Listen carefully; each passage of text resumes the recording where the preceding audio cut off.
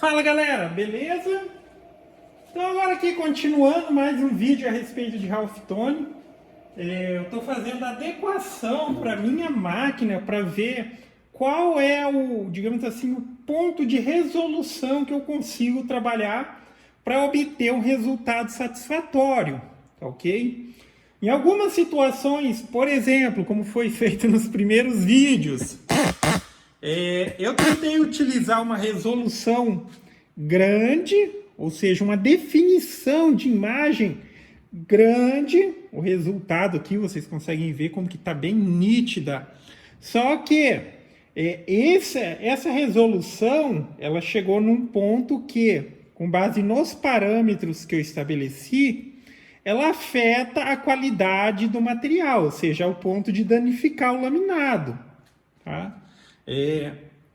Então, o que precisa ser feito nessa situação? Precisa fazer uma adequação. Ou trabalhar com uma imagem maior, ou diminuir a resolução, tá? Existe um outro pequeno fator que eu vou mencionar logo mais, mas enfim, ambas as situações. Por exemplo, aqui foi aquele sistema feito por pontinho. Cara, já digo que esse processo é muito demorado, cara.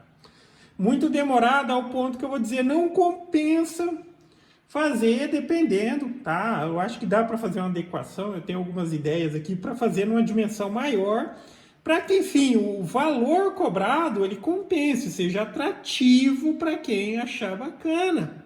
Só que pensa que só nesse pedacinho aqui, demorou quase 50 minutos para fazer a execução disso, tá? Enfim... aqui foi no sistema de pontinho, né, ou furo, e aqui foi no sistema de linha. Só que, obviamente, resultado insatisfatório, porque eu tentei obter uma resolução grande numa área muito pequena. Agora aqui, ó, já começa a ter alguns resultados satisfatórios. Os resultados satisfatórios, eu perdi um pouco de resolução,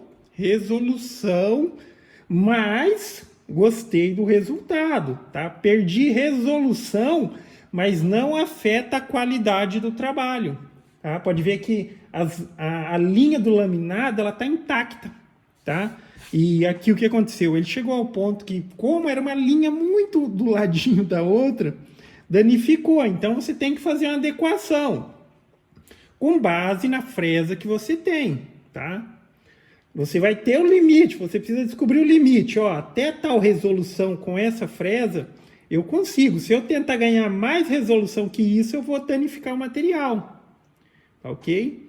Então, você chega num consenso ali. É bacana que a imagem tenha o máximo de resolução que você consegue, sem que afete o material, danifique o material. Aqui já tem um resultado que eu considero muito satisfeito. Tá?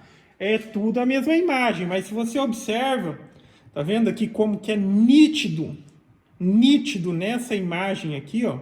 Essa daqui ela é mais nítida que essa daqui. Isso aqui é que está com a resolução alta. Aqui eu teria que reduzir um pouquinho a resolução para que não danificasse o material, porque essa parte danificada aqui, por exemplo, nesse processo aqui, essa daqui é a parte mais escura da peça, ou seja, onde o furo ele era mais fundo. Um outro fator que também fica de referência para observar aí, que nesse processo, como eu já mencionei em outros vídeos, a fresa utilizada é a fresa do tipo V-bit, tá? Mas o programa, por exemplo, o Halftone, ele vai considerar que essa fresa V-bit, ela é uma fresa que termina em 0.1 a ponta dela. Por que eu estou mencionando isso? Que é justamente o meu caso. Eu tenho uma fresa de 45 graus, só que ela não termina com ponta 0.1, a ponta dela é 0.3. Ou seja, quanto mais a fresa desce, mais largo vai ficar tanto a linha quanto o furo aqui nesse caso. Se eu estou dizendo que, tipo, se o programa está supondo que é uma fresa de 1 milímetro, ele vai calcular com base no ângulo quanto ele deve descer. Só que como a ponta é mais grossa do que o programa está supondo que seja, Então, ao descer aquela profundidade que o programa determinou, ela já está fazendo uma linha mais larga do que deveria, ela já está fazendo um furo mais largo do que deveria. Então, aqui, ó, até se fosse provavelmente uma fresa de fato 450.1, às vezes nem teria danificado nessa parte que o furo é mais profundo. O que acontece é que aqui ele desceu no que o programa especificou, mas como a ponta ela já é zerada na superfície e não corresponde ao que o programa supõe, o furo fica mais largo e praticamente um furo encosta no outro. Tá? E o mesmo, mais ou menos a mesma situação se aplica aqui. Esse resultado aqui que eu vou considerar já como bem satisfatório aqui, você já consegue produzir uma peça com uma qualidade comercial, tá? Fazer um quadrinho, uma foto, tudo mais. Se aumentar a foto, dá para melhorar um pouco mais a resolução também, mas aqui já tem um produto com qualidade comercial. E um produto que demorou 12 minutos para trabalhar, então a gente consegue oferecer um preço atrativo nisso daqui, tá? Nesse tipo de resolução.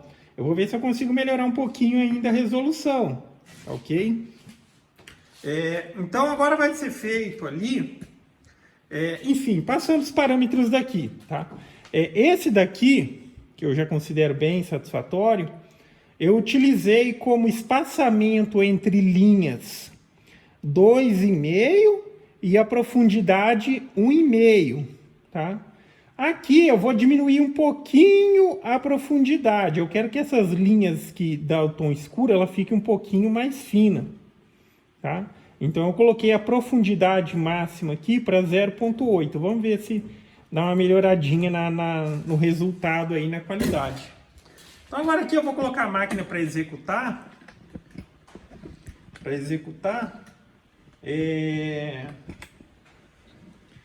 Vai ser a mesma dimensão daquele ali, só que eu reduzi um pouquinho a profundidade máxima que ela vai trabalhar, ok? Então aqui vai ter profundidade de 0,8 e o espaçamento de 2,5. E aí dá para fazer um comparativo entre aquele ali e esse daqui. Mas sim, ó, aquele ali já ficou bem bacana, bem bacana mesmo. Então vamos para cá, tá? Frezinha, 45 graus, mencionando que a ponta dessa daqui é 0,3, o ideal seria que fosse a ponta 0,1, tá? Para que o resultado fosse o mais próximo possível da simulação do programa. Vai trabalhar com avanço de 1.000 e 1.600, rotação de spindle 16.000, como eu mencionei nos outros vídeos também.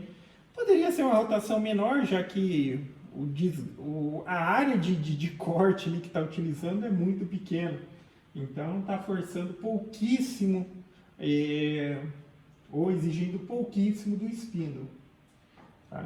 E profundidade 0,8, espaçamento entre linhas 2,5. Então, deixa eu só ligar a alimentação, tudo zerado e vamos lá.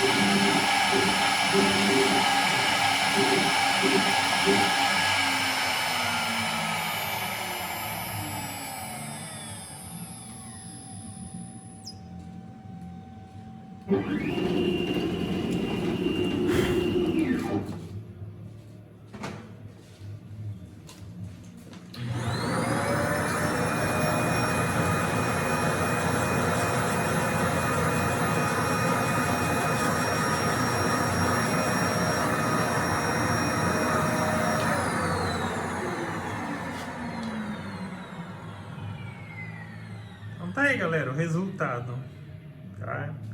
O que vocês acham que ficou melhor, esse ou esse, tá? Esse daqui, o zeramento, ele foi feito até um pouquinho acima do material.